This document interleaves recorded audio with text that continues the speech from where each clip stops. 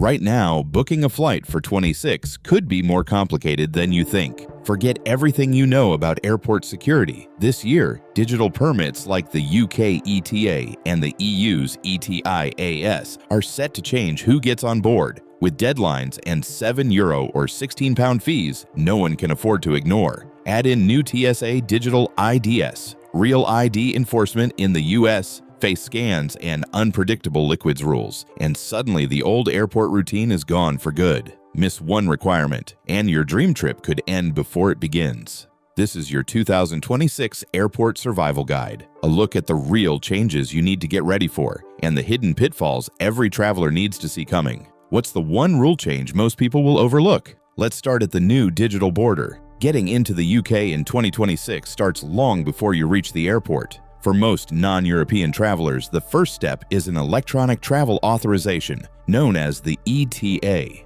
The system is now fully live for all non-European Union, visa-exempt visitors. The application costs £16 and covers you for 2 years or until your passport expires, whichever comes first. That means you can make multiple trips on a single ETA. As long as you're using the same passport, you can apply as soon as your travel plans are set. There's no maximum time in advance, but the 2-year clock starts ticking from the day your ETA is granted. Most travelers get a decision within minutes, though the official line is up to 3 working days. For some, especially if extra checks are needed, it might take longer. The UK government is clear. Don't book non-refundable tickets until your ETA is approved. If you're denied, you'll need to apply for a full visa, which takes more time and money. At the airport, there's no paper or QR code to show. Airlines check your ETA status electronically through the UK's Authority to Carry system before you board. If your ETA isn't valid or hasn't come through yet, you won't be allowed on the plane, even if you've flown to Britain before without one. Airlines face penalties up to £50,000 per passenger for boarding someone without proper clearance. This means they're strict at check-in, and there are no exceptions for last-minute fixes at the gate. The ETA is part of a wider trend toward digital border permits. Similar systems are coming online worldwide, but the UK's is already in force for millions of travelers. For anyone planning a trip to Britain, applying early, ideally weeks before you fly, takes the uncertainty out of your journey. Double-check your passport's expiration date, submit your ETA application as soon as your plans are set, and keep an eye on your email for approval. Missing this first step could mean missing your flight entirely. Traveling to Europe in 2026 means facing a new digital checkpoint long before you reach the border. The European Travel Information and Authorization System, known as ETIAS, is set to launch in the last quarter of 2026, covering 29 countries across the Schengen zone. For most non-EU passport holders, including Americans, Canadians, Australians, and Brits, ETIAS will become a non-negotiable step. The cost is €7 per applicant, and the authorization lasts for 3 years or until your passport expires, whichever comes first. Unlike a visa, ETIAS is a digital permit. You fill out an online application, answer security and health questions, and get screened against European and international databases. Most approvals are issued within an hour, but if extra checks are triggered, it could take up to 4 days. Under 18s and travelers over 70 are exempt from the fee, but everyone else pays and must apply individually. ETIAS only goes live once the EU's entry and exit system is fully operational, which means the launch date has shifted several times. The current target is late 2026, with a grace period at the start, so early travelers may see a transition phase where ETIAS isn't strictly enforced yet. But once active, airlines and ferry operators will be on the hook for checking every passenger's ETIAS status before boarding. Carriers have 48 hours before departure to verify digital authorization, and if you don't have it, you won't be allowed to board. No exceptions for last-minute applications or past travel history. Airlines face steep fines for mistakes, so expect strict compliance at check-in. ETIAS is directly tied to the new biometric entry and exit system, which means your first trip after the launch will likely involve both digital pre-clearance and physical registration at a border kiosk. After the initial setup, crossing should be faster on return visits, but missing the online step will stop your journey before it starts. For anyone planning a Schengen trip in late 2026 or beyond, the safest move is to apply for ETIAS. As soon as your travel dates are set, double-check your passport's expiration and watch for official updates as the system comes online. The era of spontaneous, paperwork-free European travel is ending. Now, the digital gatekeeper stands between you and the continent. A quick glance at your driver's license could be the difference between breezing through security and missing your flight altogether. Starting May 7th, 2025, every U.S. airport requires a Real ID-compliant license, marked by a star in the upper right corner.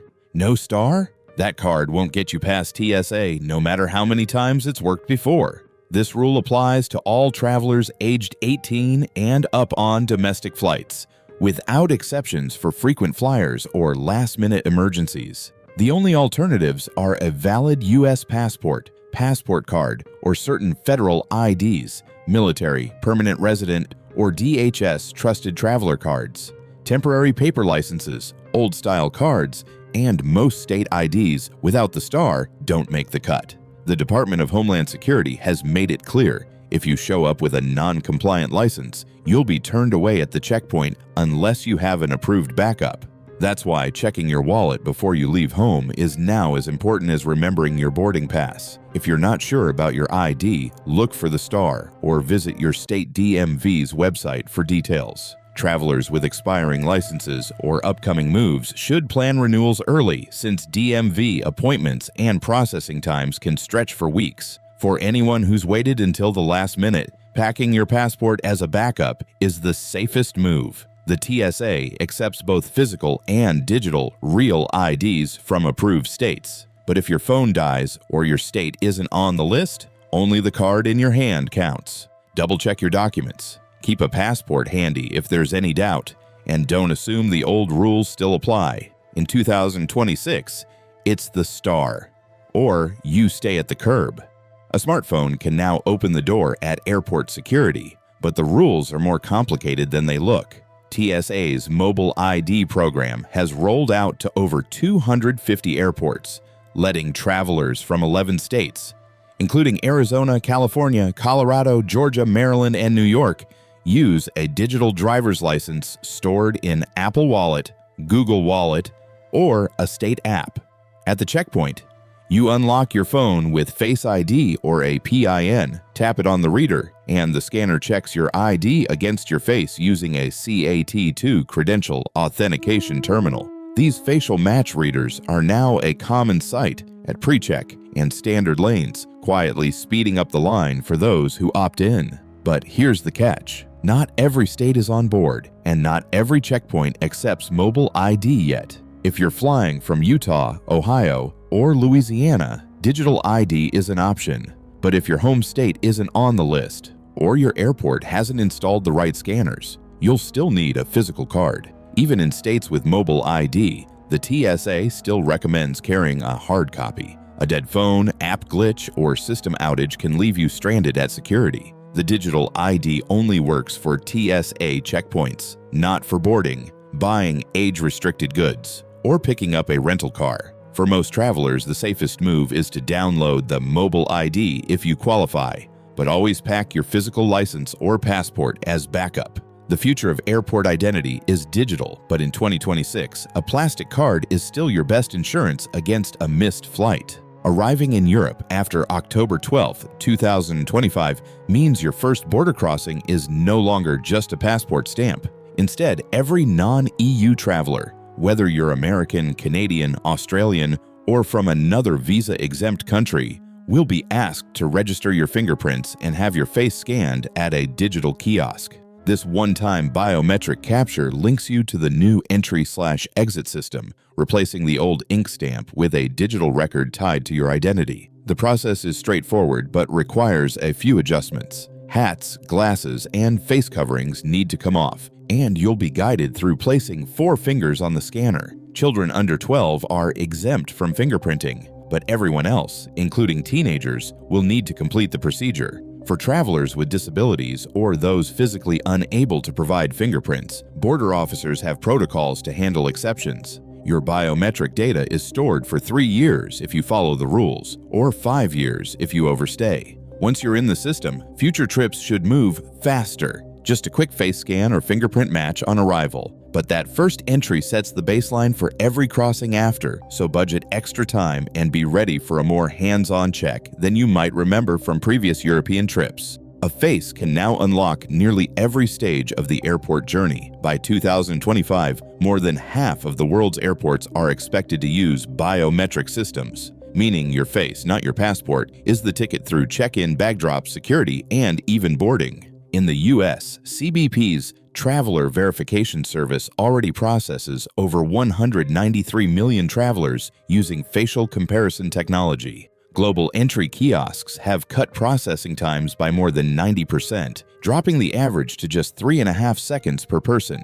Changi in Singapore is aiming for 95% automation by 2026, promising security clearance in under 10 seconds. Dubai and Tokyo have rolled out smart gates and touchless kiosks, making paper documents almost obsolete. But here's the catch. In most countries, you can still opt out of facial scans if you choose. At US airports, travelers can request manual checks instead of a face scan, and EU border posts must provide alternatives for those who object or can't be matched. The same goes for bag drop and boarding gates. There's always a way to fall back on traditional ID, though it might mean a longer line or extra questions. While biometric lanes are faster, they're not mandatory everywhere, and opting out won't get you denied boarding. Still, as these systems become the norm, knowing your rights and when you can ask for a manual check will matter more than ever. The era of your face as your passport has arrived, but you're not locked in if you're not ready. Heathrow travelers in 2026 still face the same plastic bag shuffle as before.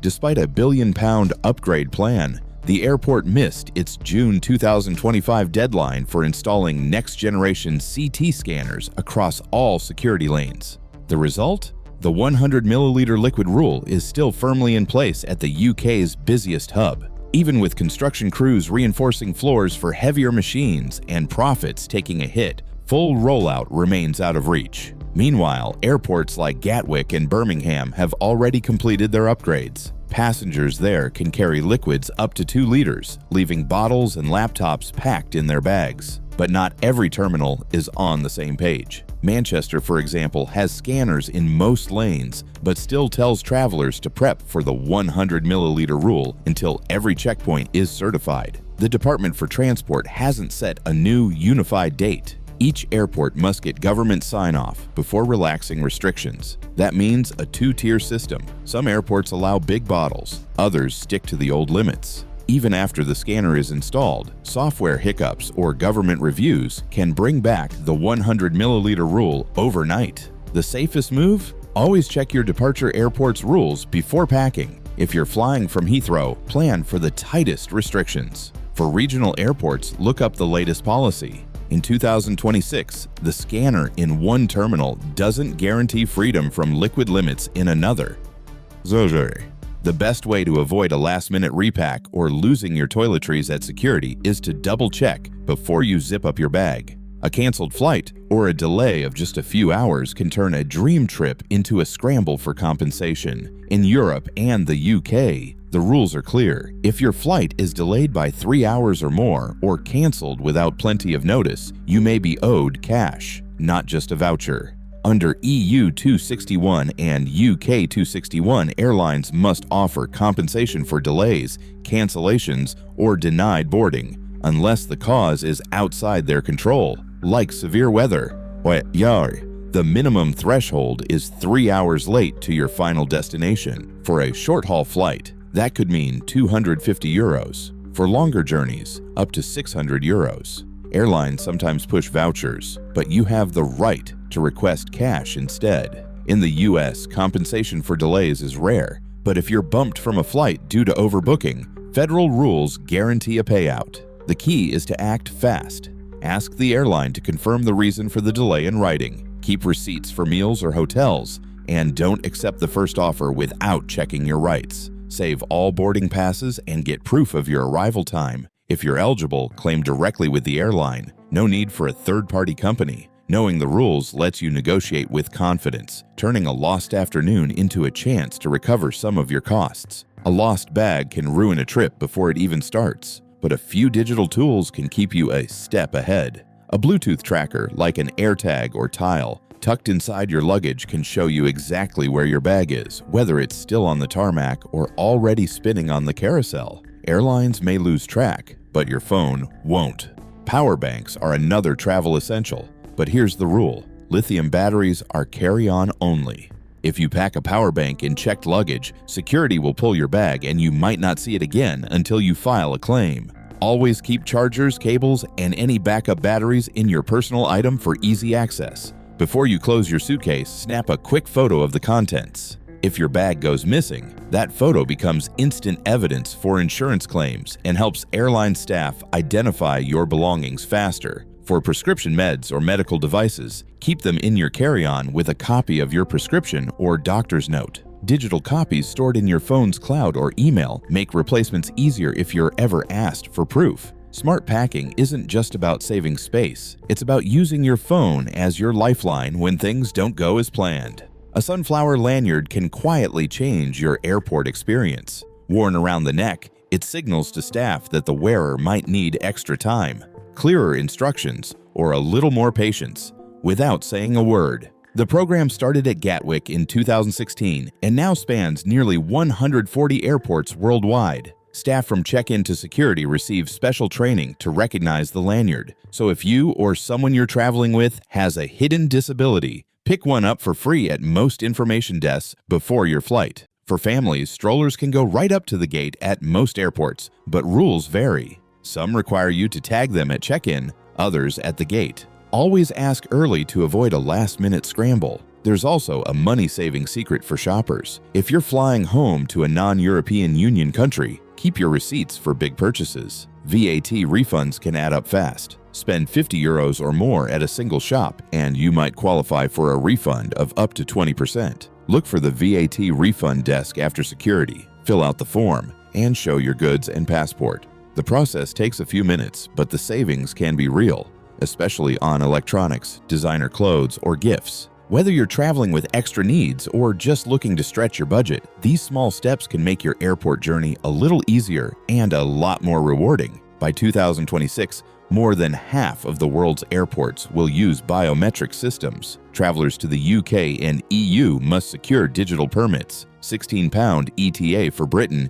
and €7 ETIAS for Schengen, before boarding. The US mandates real ID at security from May 2025, but digital IDs and biometric gates are not yet universal. Despite EU promises, the entry-exit system's full impact remains uncertain, and major UK airports still enforce the 100 milliliter liquids rule. Documents confirm these changes, but rollout timelines and privacy safeguards are still evolving. What's clear is that airport borders now begin on your phone, and compliance depends on both your paperwork and digital profile. As travel rules continue to shift by country and airport, only verified information, like EU 261 compensation entitlements or carry-on battery rules, offers certainty. In an age of rapid technical change and patchwork policies, informed preparation is the traveler's strongest safeguard.